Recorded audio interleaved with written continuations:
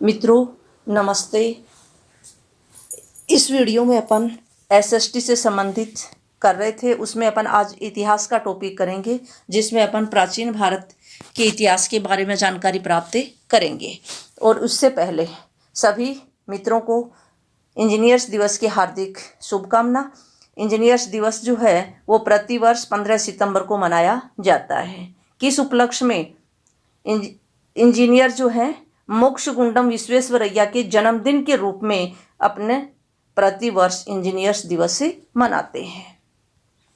इनका जन्म कर्नाटक के कोलार जिले में चिक्काबल्लापुर में 15 सितंबर 1860 को हुआ था। इनका निधन 14 अप्रैल 1962 को हुआ था। इन्हें मतलब एम विश्वेश्वरैया को भारत का विश्वकर्मा कहा जाता है। साथ ही इन्हें कर्नाटक का भगीरथ भी कहा जाता है। विश्वकर्मा देवताओं का निर्माण कार्य करने वाले थे। कोई भी अगर निर्माण कार्य अस्त्र शस्त्र वगैरह जो कुछ भी बनवाना पड़ता था तो देवता जो है विश्वकर्मा के पास जाते थे। तो जिस प्रकार से निर्माण कार्य विश्वकर्मा करते थे देवताओं का, उसी प्रकार से भारत के ये विश्वकर्मा कहलाते हैं और कर्नाटक के भगीरथ कहलाते हैं। अंग्रेजी में इन्हें अंग्रेजों ने इन्हें केसर ए हिंद की उपाधि प्रदान की तथा 1955 में भारत सरकार ने इन्हें भारत रत्न प्रदान किया। ये आप इनका फोटो देख सकते हो। ये एम विश्वेश्वरैया हैं जो एक इंजीनियर थे और इन्हीं के जन्मदिन को इंजीनियर्स दिवस के रूप में मनाया जाता है। अब अपन अपने टॉपिक पर आते हैं। ये आप मानचित्र देख रहे हो, ये उपमहाद्वीप का मानचित्र है, भारतीय उपमहाद्वीप का, जिसमें अपन देखते हैं। देखो ये है सुलेमान और किरथर पहाड़ी क्षेत्र। सुलेमान और किरथर पहाड़ी श्रृंखला है। यहाँ पर सबसे पहले सुलेमान और किरथर पहाड़ियों के क्षेत्र में सबसे पहले 8000 वर्ष पूर्व गेहूं और जौ जैसी फसलों को उपजाना प्रारंभ किया था। तो सबसे पहले गेहूं और जौ का उत्पादन कहाँ शुरू हुआ? सुलेमान और किरथर पहाड़ी क्षेत्र में। ये वर्तमान पाकिस्तान का क्षेत्र है।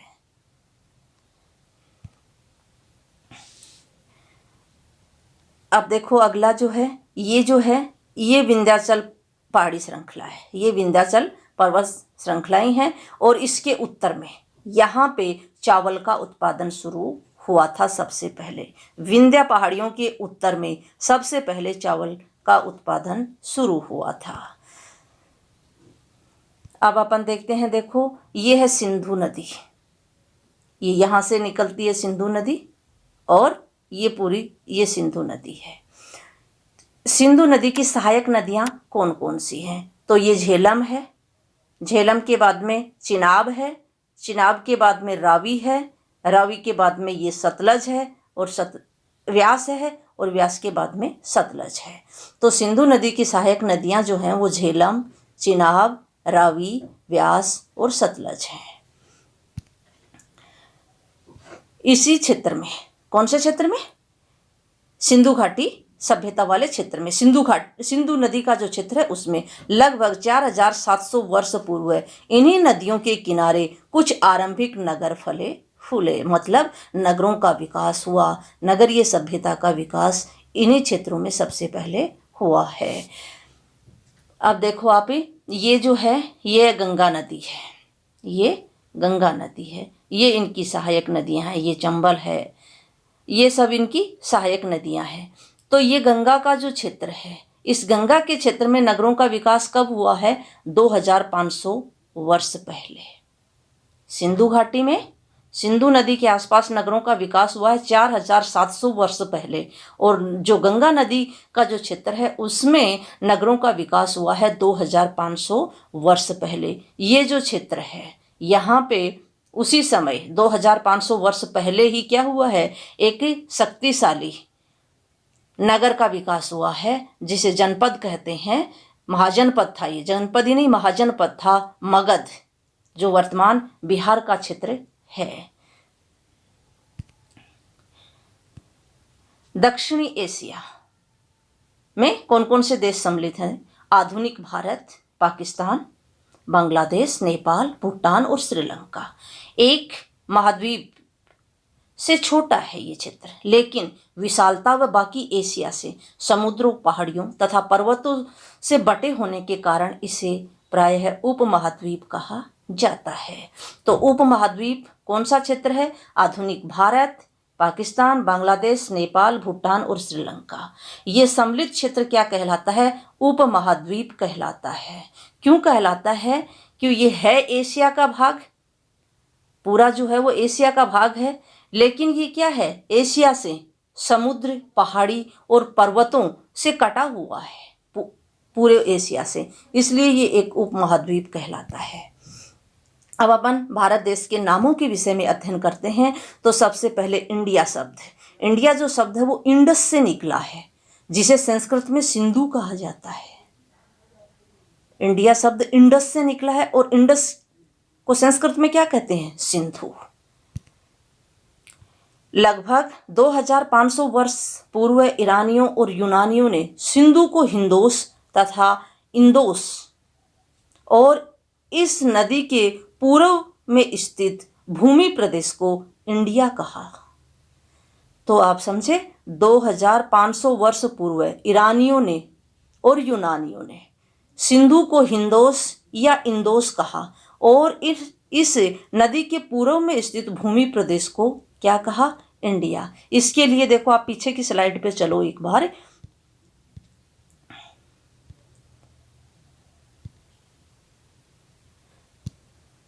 ये जो क्षेत्र है ये सिंधु नदी है और इस सिंधु नदी में यानी ईरानी और यूरोपीय लोग इधर से आए थे। ये उत्तर और ये पश्चिम का क्षेत्र, तो उत्तरी पश्चिमी जो क्षेत्र है इधर से आए और ये जो क्षेत्र था इसे क्या कहा? इस नदी को क्या कहा?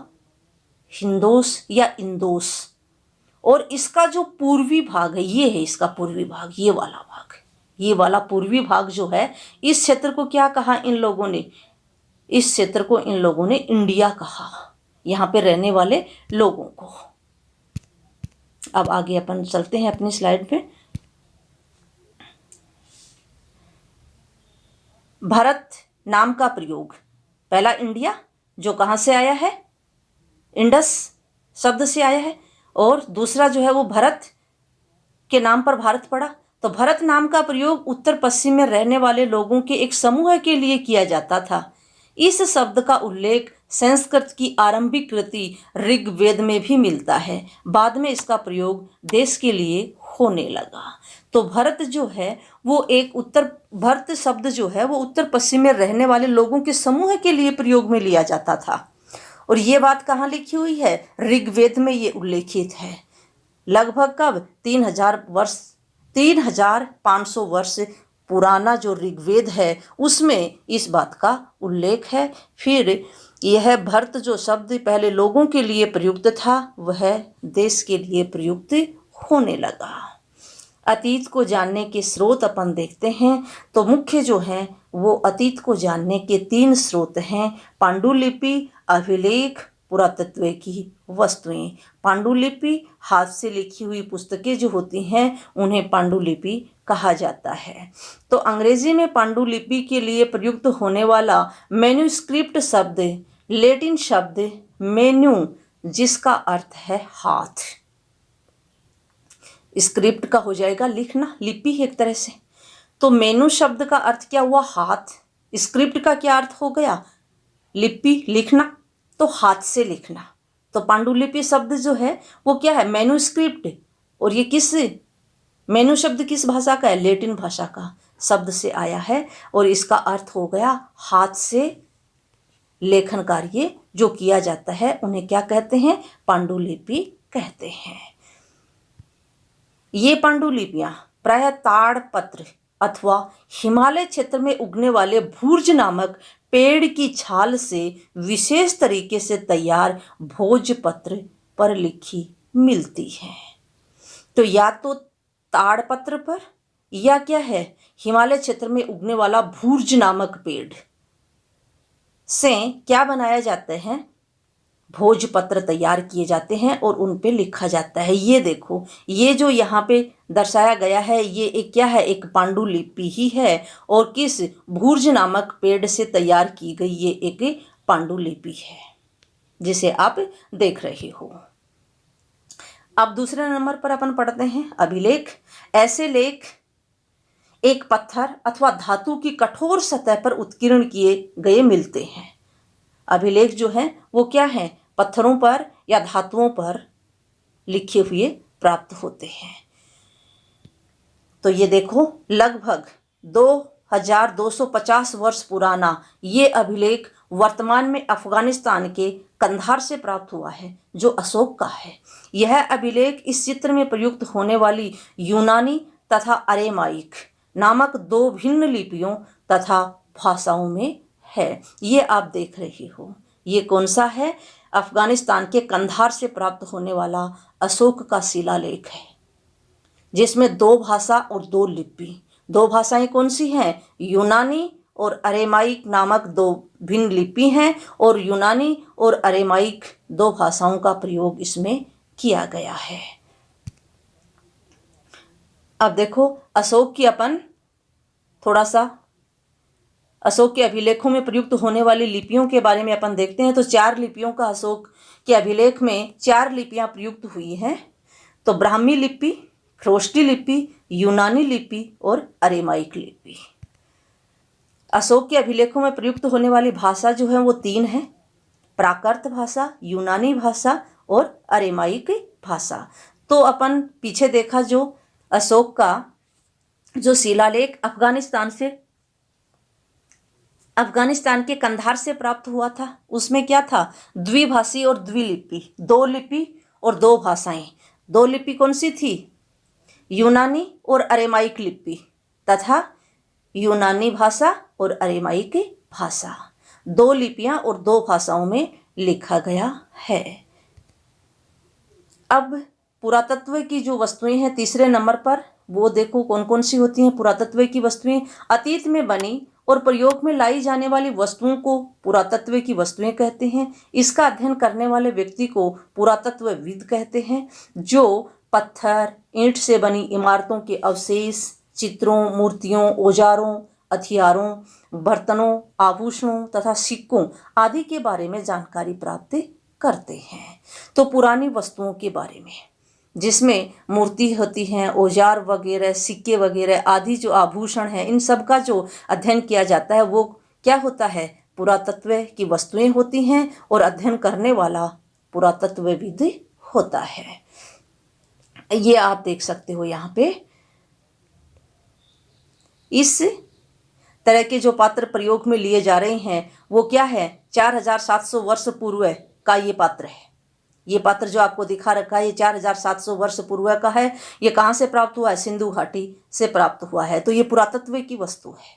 इससे भी क्या है, इतिहास को जानने में आसानी रहती है, इतिहास के बारे में कुछ इनसे पता मिलता है। ये जो है ये क्या है, सिक्के हैं, दोनों ही क्या है, सिक्के हैं। इनका प्रयोग जो है वो 2500 वर्ष पूर्व किया जाता था। तो ये भी क्या है, दोनों पुरातत्व की वस्तुएं हैं। तो आज अपन ने देखा इतिहास को जानने के 3 स्रोत हैं जिसमें पांडुलिपियां, अभिलेख और पुरातत्व की वस्तुएं सम्मिलित हैं। तो आप शायद इनके विषय में समझे होंगे। धन्यवाद मित्रों, आज इतना ही।